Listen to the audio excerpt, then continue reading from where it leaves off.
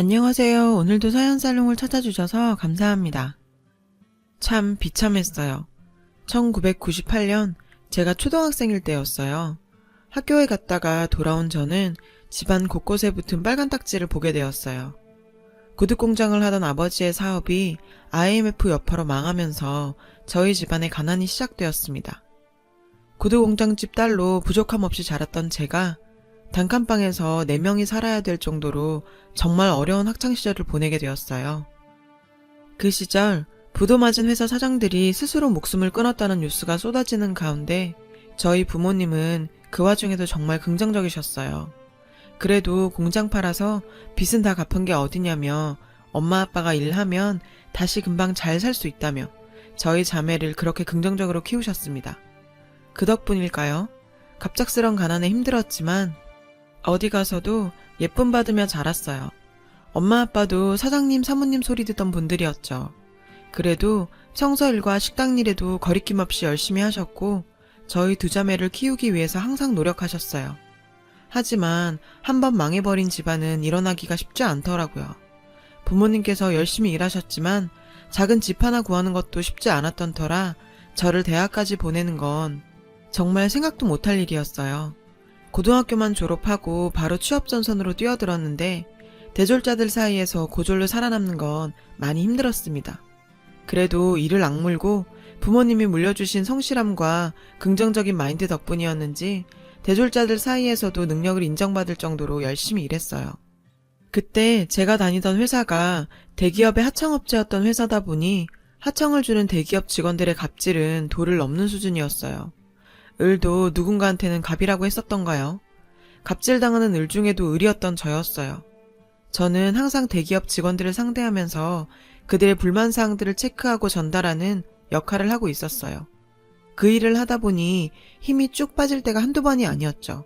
하지만 제가 버는 돈으로 동생 대학교 보내줄 수 있다고 생각하면서 버텼습니다. 그러던 어느 날 역시 하청 관련 건으로 미팅을 나간 자리에서 한 남자를 만나게 되었어요. 대기업 대리였던 그 남자는 이번에 우리 회사 하청 관련 담당자로 미팅에 나오게 되었다고 했어요. 그때까지만 해도 또 갑질할 사람이 바뀌었다고만 생각했었죠. 하지만 겪어보니 그 남자는 저를 보자마자 반말을 찍찍하던 다른 직원들과는 달랐습니다. 항상 존댓말을 쓰면서 제가 하는 이야기도 귀 기울여 들어주고 불만사항이 있더라도 기분 상하지 않게 설명하면서 제 상황까지도 고려해줬는데요. 제가 보던 갑질하는 대기업 직원과는 분명 다른 사람이라고는 느껴졌습니다. 제가 회사 다니면서 번 돈으로 동생은 공부해서 명문대인 Y대에 들어가게 되었고 대학 발표나는 날 비록 저는 대학을 못 갔지만 동생이라도 대학을 보냈다는 생각에 진짜 뿌듯해서 저도 모르게 싱글벙글했어요. 그 통에 다른 직원들이 이상하게 쳐다볼 정도였어요. 일적으로 자주 만나게 되니 그 남자와도 조금은 편한 사이가 되었고 싱글벙글 웃고 있는 저를 보고 말을 걸어오더라고요. 규리씨, 뭐 좋은 일 있어요? 아까부터 계속 웃고 있던데. 아니에요. 그냥 동생이 대학에 합격했다고 해서 기분이 좋아서요. 와, 잘 됐네요. 혹시 어디 대학교에 갔는지 물어봐도 돼요? Y대요. 제 동생이 공부를 잘했거든요. 저는 대학 못 갔더라도 동생이라도 대학 보낼 수 있어서 다행이네요. Y대 갔어요? 제 후배네요. 동생분하고 같이 언제 밥 한 끼 해요.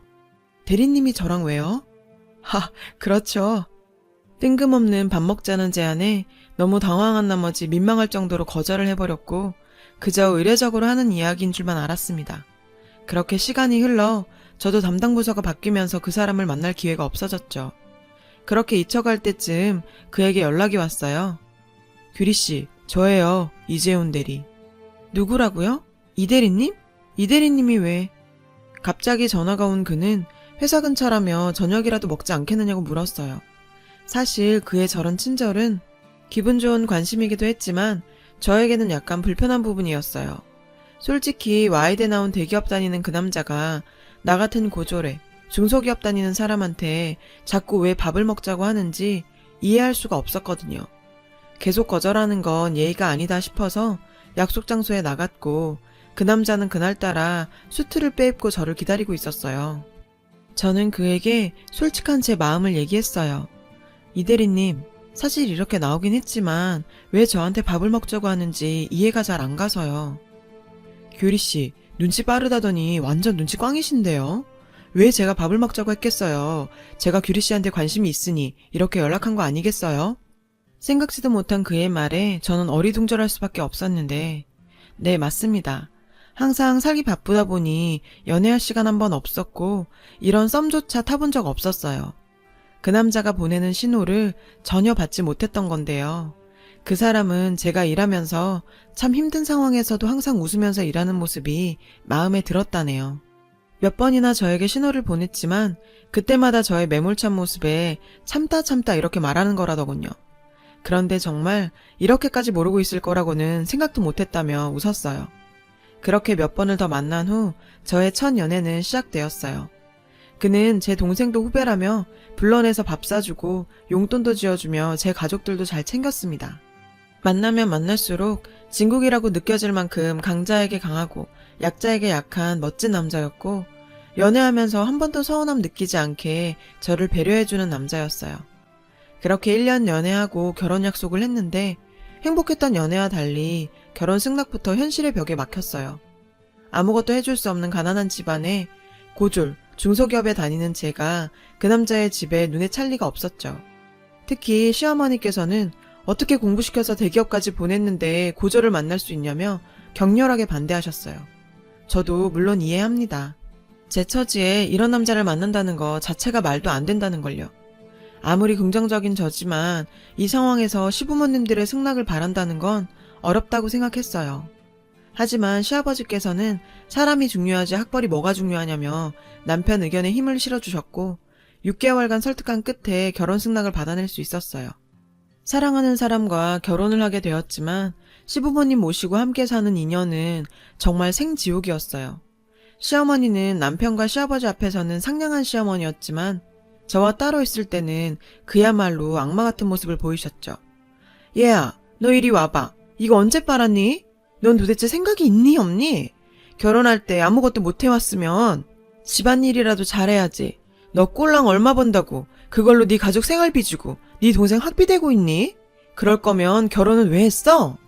시어머니는 제가 어지간히도 못마땅하신지 남편과 아버지만 없으면 악담을 해대셨고 정말 억울하고 할 말도 많았지만 제가 더 잘하면 시어머니도 바뀌지 않을까 하고 퇴근 후에 집안일로 제 나름으로 최선을 다해서 했어요. 하지만 시어머님은 잘 변하지 않으셨죠. 결혼 1년쯤 흘렀을 때 저희 부부에게도 축복이 찾아왔어요. 배가 불러오자 남편은 본인이 제 동생 졸업할 때까지는 지원하겠다며 회사를 그만두는 게 어떠냐는 제안을 받아들여 집에서 출산 준비를 했습니다. 저는 아이를 가지면 시어머니도 조금은 달라질 거라고 생각했어요. 시어머니께서는 본인의 손주를 임신하고 있는 저를 여전히 업신여기며 괴롭혔어요. 배불러 온다는 핑계로 일 안 하려는 거 봐라. 내 아들 월급에서 네 동생 학비 나간다면서.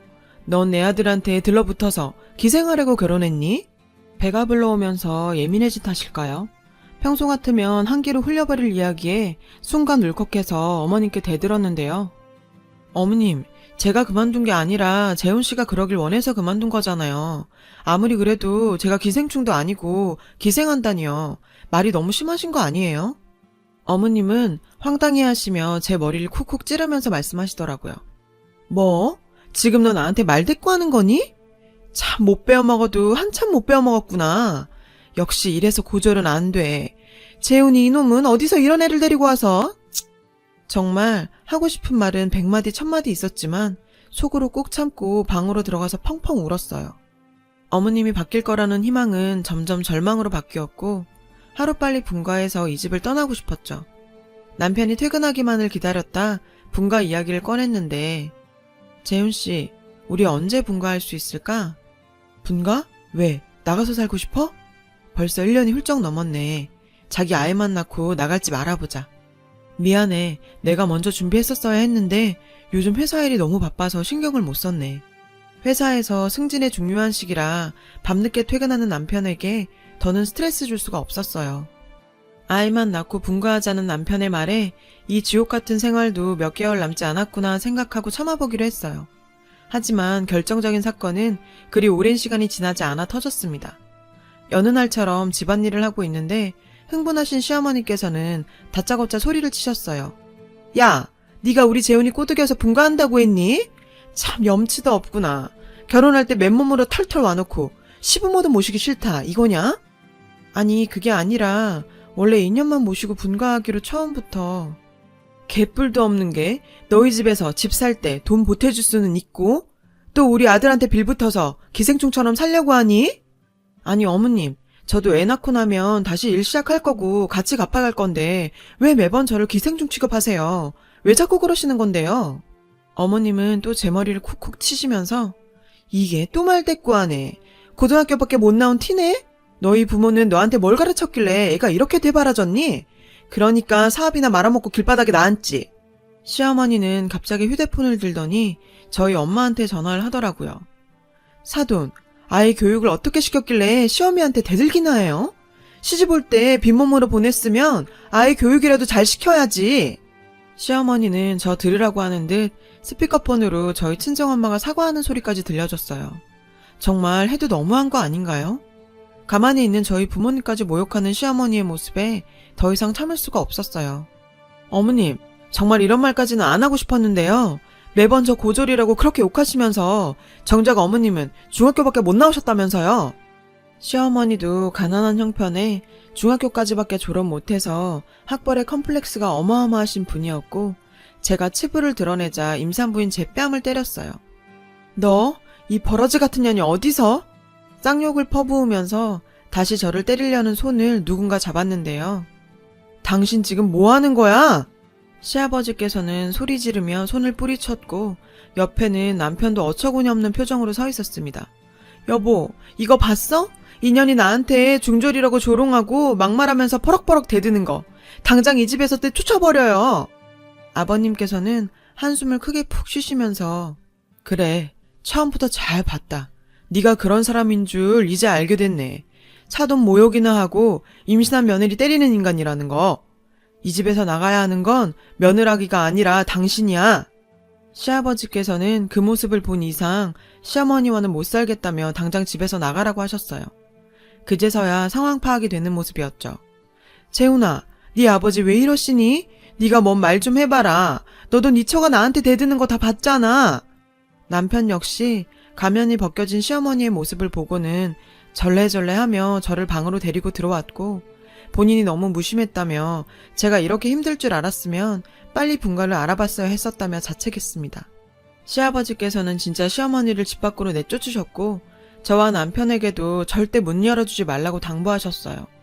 어머님을 내쫓은 지 며칠 뒤 아버지께서는 저희를 찾으셨어요. 며느리기야, 정말 미안하다. 난 정말 그 여자가 그런 사람인 줄 몰랐다. 자기 손주 임신한 며느리까지 그렇게 때릴 줄은. 네 시어머니 일은 신경 쓰지 말고 여기 이 돈 꼭 보태서 분가할 집 한번 알아봐라. 아버님은 미안하다시며 집 구하는데 보태 쓰라면 통장을 내미셨어요. 본인께서는 은퇴 후 시골 내려가서 조용히 살고 싶은 꿈이 있었다며 이번 기회에 서울 생활 정리할 거라고 하셨습니다. 시간이 흘러 저는 무사히 예쁜 딸을 출산하게 되었어요. 시아버지께서는 손녀까지 안아봤으니 이제 됐다며 시골로 내려가셨고 저희도 분가하게 되었죠. 아이와 함께 다시 얻은 신혼을 만끽하고 있었을 무렵 시어머니가 집으로 찾아오셨어요. 얘야, 문 좀 열어다오. 제발 문 좀 열어다오. 집에서 쫓겨난 후 오빠 집에 가 계시다 한 번도 안 보이셨던 시어머니의 갑작스러운 등장에 남편과 저는 놀랄 수밖에 없었죠. 몇 달 만에 다시 본 시어머니는 악마같이 저를 괴롭히던 표독한 그 모습이 아닌 그저 흰머리 희끗희끗한 힘없는 60대 중년일 뿐이었어요. 재훈아, 네 아빠 좀 어떻게 설득해다오. 너희 아빠가 나랑 이혼하잔다. 나 네 아빠 없으면 아무것도 없는 거 알잖니. 나 앞으로 어떻게 살아가니. 애기야, 내가 이렇게 무릎 꿇고 사과하마. 한 번만 내가 사돈한테도 찾아가서 무릎 꿇고 사과하고 왔다. 제 앞에서 무릎 꿇고 한 번만 시아버지를 설득해달라는 그 힘 빠진 시어머니의 모습에 내가 겨우 저런 사람한테 2년간 그렇게 심한 고초를 당했다고 생각하니 너무 어이가 없었어요. 저기 어머님, 저 때리실 때는 이런 생각 안 해보셨죠? 어떻게 임신한 며느리를 그렇게 때릴 생각을 하셨을까요? 폭행죄로 고소하려는 거 남편 보고 꼭 참은 줄이나 아세요. 더 이상 여기서 이러지 마시고 나가세요. 2년간의 쌓인 울분을 모두 푼 건 아니었지만 항상 시어머니 앞에 서면 위축되던 제가 속마음을 내뱉고 나니 마음이 한결 시원해지는 것 같았어요. 남편은 어머님의 그런 모습에 안타까운 듯 했지만 제 편에 서줬어요. 시아버지와 이혼 문제는 우리가 관여할 문제가 아니라 아버지와 풀어야 할 문제라며 더는 이렇게 찾아오지 말라며 단호하게 말하더라고요. 참 다사다난한 2년간 시집살이였는데요. 이런 고난이 있어서인지 요즘의 행복이 더 소중하게 느껴지는 거 아닌가 싶습니다. 시아버지께서는 밤마다 영상통화할 만큼 손녀 바보가 되셨어요. 소진이 보고 싶을 때는 냉큼 오셔서 보고 가시곤 합니다. 시어머니와 시아버지는 지금 같이 살고 계세요.